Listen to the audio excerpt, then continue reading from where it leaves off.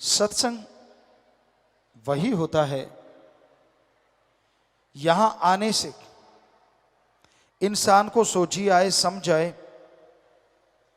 यहां आने से उसका जमीर जाग जाए, यहां आने से उसे सच का पता चले। रजो तमो सतो ये गुण है, सच और झूठ गुणों में आ जाता है। लेकिन यहां जिस सच की बात कर रहे हैं वो सच ओम हरि अल्लाह वाहिगुरु गॉड है। वो एक ऐसा सच जो जान ले, जो उसे मान ले, उसके जन्मों जन्मों के पाप कट जाते हैं, उसकी आत्मा पाक पवित्र हो जाती है और वो मालिक की दया में रहमत के लायक बनते चले जाते हैं।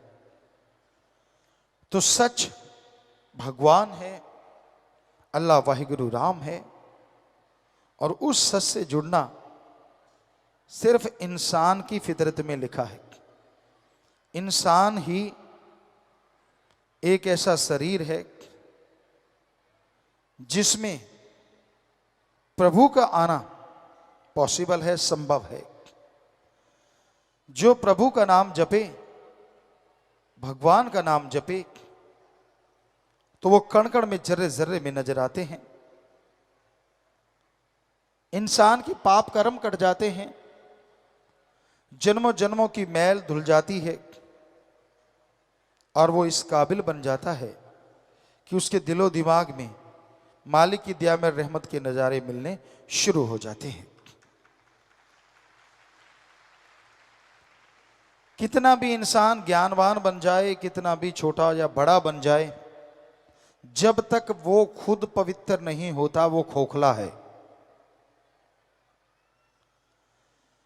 ज्ञान अच्छा है पर उस पर चला जाए तभी ज्ञान का मूल्य पड़ता है।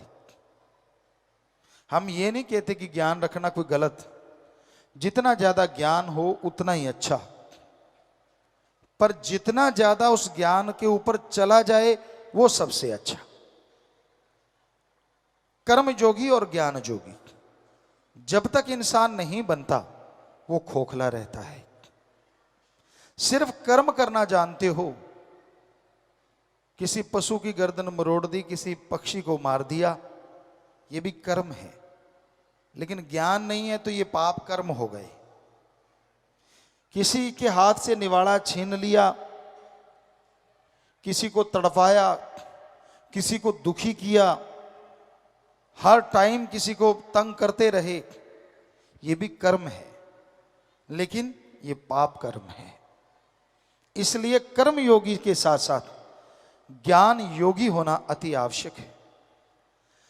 जब तक इंसान ज्ञान योगी नहीं बनता तब तक मालिक की कृपा पात्र नहीं बना जा सकता। तो अगर आप कर्म योगी और ज्ञान योगी बनेंगे तभी मालिक की दया में रहमत के लायक बन पाएंगे, तभी उसकी खुशियां आपको हासिल होंगी। और सत्संग एक ऐसी जगह है यहां ज्ञान जोगी और कर्म जोगी बनाया जाता है, सिखाया जाता है। जिस तरह स्कूल कॉलेज हैं उनमें दुनियावी पढ़ाई करवाई जाती है, दुनियावी शिक्षा दी जाती है, यह सिखाया जाता है कि आप दुनिया में उस्ताद कैसे बन सकते हैं। यह सिखाया जाता है कि आप दुनिया में सर्वश्रेष्ठ कैसे हो सकते हैं। उसी तरह सत्संग में इंसानियत का पाठ पढ़ाया जाता है, प्रभु से मिलने का सच्चा राह दिखाया जाता है। आप सोचते होंगे सभी रास्ते जो धर्मों में हैं वो प्रभु से ही मिलाते हैं, कोई शक नहीं, सच। पर क्या आप जानते हैं इस कलयुग में राम नाम बिजनेस बन गया है। हम नॉन मेडिकल के स्टूडेंट रहे, जितना पढ़े कम पढ़ पाए, लेकिन जितना पढ़े साइंस में बहुत रुचि थी। नॉन मेडिकल के स्टूडेंट थे, गुरुजी ने बुलाया, उनकी रजा, उनका रहमत, घर में भी धर्म थे, पवित्र गीता, श्री गुरु नानक देव जी की जन्म साखी, सुंदर गुटका और भी शायद रामायण, ये ग्रंथ घर में थे, पढ़ा करते थे। गुरु जी ने बोला कि सभी धर्मों को पढ़ो, और हमने उसी वैज्ञानिक दृष्टिकोण से सभी धर्मों को पढ़ा। सभी धर्मों में ये तो लिखा है ओम हरि अल्लाह वाहिगुरु गॉड देता है, पर यह नहीं लिखा कि वो लेता है।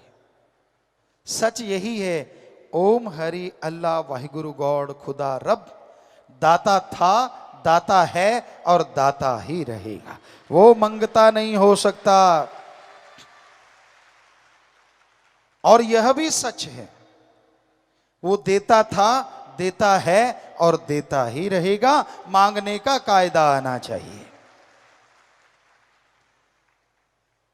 ऐसे नहीं होता कि आपने इच्छा करी और वो पूरी हो गई, नहीं। क्या आप इच्छा करें, 5-7 साल का बच्चा कोई इच्छा कर ले कि मुझे पीएचडी की डिग्री मिल जाए तो मिल जाएगी? कितना भी भ्रष्ट युग है, 7 साल के बच्चे को पीएचडी की डिग्री नहीं मिल सकती। हाँ, बड़े वाला तो कहीं भी कुर्सी के नीचे से दाएं से डाल के ले सकता है, लेकिन 7 साल के बच्चे को कौन देगा? नहीं हो सकता। वैसे तो कलयुग है, कुछ भी हो सकता है, लेकिन अगर वैसे कायदे से देखा है, डॉक्टरेट की डिग्री, मास्टर डिग्री ऐसे नहीं हासिल होती, उसके लिए जिंदगी के 20-25 साल लगाने पड़ते हैं। तो जरा सोचिए, ये किताबें तो सामने हैं, वो अल्लाह, वो वाहिगुरु, वो राम, वो गॉड जो दिखता नहीं, क्या उसके लिए 16 साल नहीं, 20 साल नहीं, 5 साल नहीं, क्या 2-4 महीने लगातार नहीं लगाने चाहिए उसका रिसर्च करने के लिए? लगाने चाहिए। अगर कोई लगा दे तो यकीनन मालिक के नजारे मिलेंगे और उसका रास्ता 100% नजर आएगा। पर 2 महीने होते हैं। आप घंटा सुबह घंटा शाम भक्ति करी और पूछते हैं भक्ति करी, कहते हाँ आज एक दिन भक्ति करी। एक दिन थोड़े ही ना, 2 घंटे। घंटा सुबह शाम अगर 2 महीने करोगे तो हमारे ख्याल से 5 दिन और रात बनेंगे। 2 महीने तो बहुत दूर जाके बनेंगे। कैलकुलेट करो, टाइम है। तो ये जरूरी है कि आप सही समय के अनुसार भक्ति करें, फिर उसके नजारे ना मिले तो कहें कि हमारे धर्म झूठे। धर्म नहीं कहते कि पैसा देने से भगवान दिख जाएंगे। धर्म नहीं कहते कि कपड़ा चढ़ाने से भगवान दिखेंगे। धर्म नहीं कहते कि धूप में तड़फने से, पाखंडवाद करने से भगवान दिखेंगे। सवाल ही पैदा नहीं होता। धर्म हमारे सारे कहते हैं भगवान का गुरु मंत्र, कलमा, मेथड ऑफ मेडिटेशन, वो एक तरीका है। बाय नेम उस गॉड को पुकारो तो वो गॉड जरूर मिलेगा, जरूर आएगा। एक छोटा सा बच्चा, हम सब आए हैं इस उम्र से गुजर के, जब उसे भूख लगती है, हमारी संस्कृति की बात करते हैं, अभी भी मरी नहीं है, जैसे उसे भूख लगती है वो रोता है तो मां कैसे दौड़ी चली आती है। क्यों? बच्चा रोया है, या तो भूख लगी है, या उसका कुछ दुख रहा है, तकलीफ है, बाथरूम ना कर दिया हो, गिल्ला ना हो गया हो, मां आती है ना दौड़ के। अब जरा सोचिए, थोड़ा सा रोने से एक मां दौड़ के चली आती है, तो जिस भगवान ने मां को बनाया है, अगर कोई भगवान के लिए रोएगा तो क्या भगवान दौड़ा चला नहीं आएगा? सोचिए। पर उसके लिए तो कोई रोता ही नहीं। उसके दर पे तब सिर झुकाता है जब 10 लाख का करोड़ मांगता है। उसके सिर पे तब आके दर पे तब सर झुकाता है जब पेपरों का टाइम आता है। भगवान रात को पेपर दिखा जाना, सुबह करके आऊंगा, तेरा क्या जाता है, मेरी मेरिट आ जाएगी। उसको तब याद किया जाता है जब बच्चा बीमार हो जाए और डॉक्टर कह दें ये लाइलाज है। उसको तो तब याद करते हैं जब किसी मुसीबत में घिर जाओ। उसको तब याद किया जाता है जब मौत सामने नजर आए। काश सुख के दिनों में उसे याद करो तो दुख कभी आए ना। दुख में सुमरन सब करें, अरे सुख में करे ना कोई। और जो सुख में सुमरन करें तो दुख काहे को होए। और ये 100% सच है। आपका जाता क्या है? आधुनिक युग में आप प्रवेश कर चुके हैं, बड़े आधुनिक हैं आप, मानी बात। क्या आपने खाने की जगह कुछ सोना खाने लगे हो? रोटी छोड़ दी हो? क्या पता नए युग में आप डायमंड खा के गुजारा कर रहे हो? ऐसा है कोई? नहीं। वही गेहूं की रोटी, वही सब्जियां, वही पनीर, वही दूध, सब कुछ वैसे का वैसा। ठीक है, आधुनिक युग है, लेकिन आवश्यक चीजें तो वैसी ही हैं। आप वही चीजें लेते हैं, वही चीजें खाते हैं, वैसा कपड़ा पहनते हैं। तो उसमें अगर एक चीज और ऐड की जाए, और वो है प्रभु का नाम, कि आप घंटा सुबह शाम 10 घंटे, 24 में से फिर भी 22 घंटे आपके, चलो घंटा छोड़िए, 15 मिनट सुबह शाम, आधा घंटा, 11.5 घंटे आपके, आधा घंटा, वो भी 15-15 मिनट सुबह, 15 मिनट शाम को प्रभु को दे देंगे। करके तो देख लो। फकीर झूठ क्यों बोलेंगे? या तो हम कहें 15 मिनट तो लगाना, पहले 100 रुपया हमें दे के जाना, फिर तो आपको लगे यार गुरुजी पैसा लेने के लिए कह रहे हैं। हम तो नहीं कह रहे ऐसा, यहां तो कोई चढ़ावा नहीं चढ़ता, क्योंकि जब भगवान नहीं लेता तो फकीर क्यों ले? हमारे भी हाथ पांव हैं फकीर के भी। आप खेती बाड़ी करते हैं तो हम भी खेती बाड़ी के साइंटिस्ट हैं। एक ही एकड़ में 13 अलग अलग तरह की सब्जियां पैदा की भगवान की कृपा से। रीयूज वाटर सिस्टम तक हमने शुरू किया, और भी बहुत सारी चीजें कर रहे हैं समाज के भले के लिए। तो कर्मयोगी बनना जरूरी है। तो मेहनत करके खाते हैं, मेहनत करके खाओ, लेकिन 15 मिनट सुबह शाम अगर प्रभु को दे दोगे तो यकीन मानो कुछ महीनों में ही आपके घर के हालात, आपके शरीर के हालात, दोनों जहान के हालात बदल जाएंगे। दिलो दिमाग में शांति आएगी, आत्म बल बढ़ जाएगा। आप में से आलिम फाजिल होंगे, बहुत पढ़े लिखे विद्वान, बताएंगे वो, और वो जानते हैं अगर आत्म बल बुलंदियों पे हो, हारी बाजी जीती जा सकती है। मौत जैसे भयानक कर्म से निकला जा सकता है। डॉक्टर साहब बैठे होंगे यहां बहुत बड़े बड़े, उनसे पूछ के देख लो, एक मरीज कह दे मैं तो मरूंगा, उसे आप 100% असर करने वाली दवाई का भी इंजेक्शन लगाओगे, 10% काम करेगी। उसी मरीज के अंदर आत्म बल आ जाए कि मैं मरूंगा नहीं, चाहे कोई भी बीमारी है, तो 10% काम करने वाली दवा 100% काम कर जाएगी। बड़े से बड़े साइंटिस्ट से आप पूछ सकते हैं। पर ये आत्म बल प्रभु के नाम से ही बुलंदियों पे जाता है। और नाम जीभा से लेना है, काम धंधा करते रहो। पंजाबी च कहावत है, हथ कारवल ते ध्यान रब यारवल, कि हाथों पैरों से कार्य करते रहो और जीभा से ख्यालों से मालिक का नाम लेते रहो। तो कर्म योगी के कर्म जोगी और ज्ञान योगी के ज्ञान जोगी। कुछ छोड़ना नहीं, कोई नया धर्म नहीं, कोई नया मजहब नहीं, कोई पैसा नहीं देना। तो मर्जी पहनो, जो मर्जी खाओ, बस बुरी चीजें ना खाओ। ईश्वर को क्या लेना देना इन चीजों से? तो प्यारी साथ संगत जियो, ऐसी बातें सत्संग में आओगे तो पता चलेंगी ना। दुनिया में आपको लड़ाने वाले मिल जाएंगे। आपका अच्छा घर है, बाल बच्चे अच्छे हैं, परिवार अच्छा है, आपको क्या लगता है लोग खुश हैं? कोई कोई खुश होगा जिसके अंदर इंसानियत है। ज्यादा तो ये सोच रहे हैं कब आपकी जड़ों में दाती घुसाएं, जड़ें काट दें, आपके बच्चों को गलत शिक्षा।